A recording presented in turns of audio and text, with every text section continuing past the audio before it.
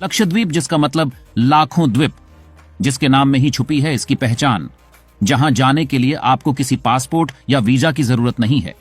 न ही मालदीव या किसी अन्य देश की तरह आपको भारतीय होने पर किसी भेदभाव का सामना करना पड़ेगा।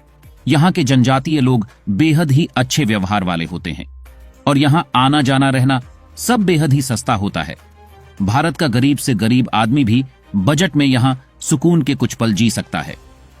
दोस्तों, हमारे देश की शानदार जगह लक्षद्वीप एक नहीं बल्कि कई छोटे छोटे शानदार द्वीपों का समूह है जो एक दूसरे के पास पास है। सुनहरे समुद्र, नारियल के घने जंगल और भी बहुत कुछ है। लक्षद्वीप के बारे में कुछ दिलचस्प जानकारियां आज हम आपके साथ शेयर करने जा रहे हैं। लक्षद्वीप केरला के तट के पास स्थित 36 द्वीपों से मिलकर बना भारत का सबसे छोटा केंद्र शासित प्रदेश है, लेकिन 35 द्वीपों में से सिर्फ 7 में ही लोगों का बसेरा है।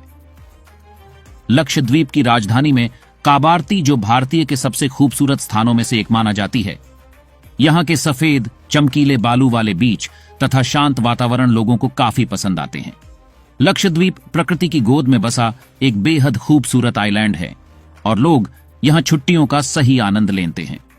जो लोग समुद्र तटों, पानी के खेलों और फूड के शौकीन हैं, उनके लिए तो यह जगह स्वर्ग से कम नहीं है। लक्षद्वीप का पानी इतना साफ होता है कि आप आसानी से पानी की सतह को देख सकते हैं। समुद्र जल में तैरती अनोखी रंग बिरंगी मछलियां यहाँ की सुंदरता में 4 चांद लगा देती हैं। सुंदर नजारों के साथ साथ आधुनिक बुनियादी सुविधाओं भी यहाँ उपलब्ध हैं।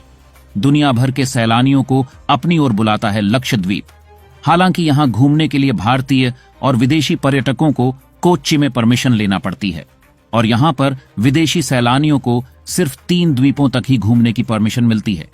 लेकिन अगर आप भारतीय हैं तो आसानी से सारे द्वीप घूम सकते हैं और प्रकृति के इस अद्भुत संगम का आनंद ले सकते हैं।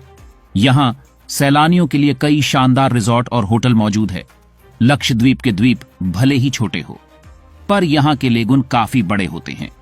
हमारे देश में लक्षद्वीप में ऐसी जगह है जहां पर्यटक समुद्र की सुंदरता देखने के साथ साथ लेगुन की रंगीन दुनिया में भी देख सकते हैं। आपको तैरना भले ही नहीं आता हो, पर आप यहां से समुद्र के भीतर की अनोखी दुनिया को देख सकते हैं। लक्षद्वीप के समुद्री तट के 132 किलोमीटर लंबा होने के कह रहे हो। इस जगह को वाटर स्पोर्ट्स के लिए एक बेहतरीन जगह माना जाता है।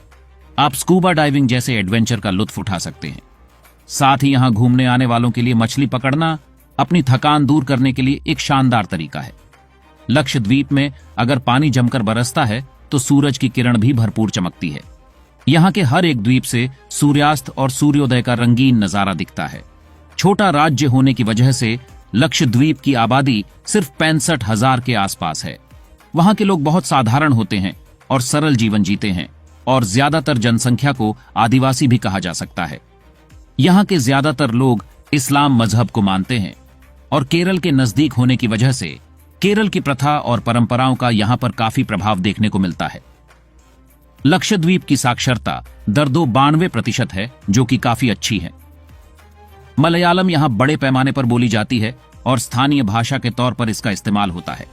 वैसे तो लक्षद्वीप की अर्थव्यवस्था का मतलब है मछली पकड़ना और नारियल की खेती, लेकिन अब पर्यटन उद्योग राज्य का सबसे सफल और न विकसित उद्योग है। दोस्तों, लक्षद्वीप के बारे में आपको ये जानकारी कैसी लगी और क्या अब आप कभी लक्षद्वीप घूमने जाएंगे? कमेंट में जरूर बताएं। धन्यवाद।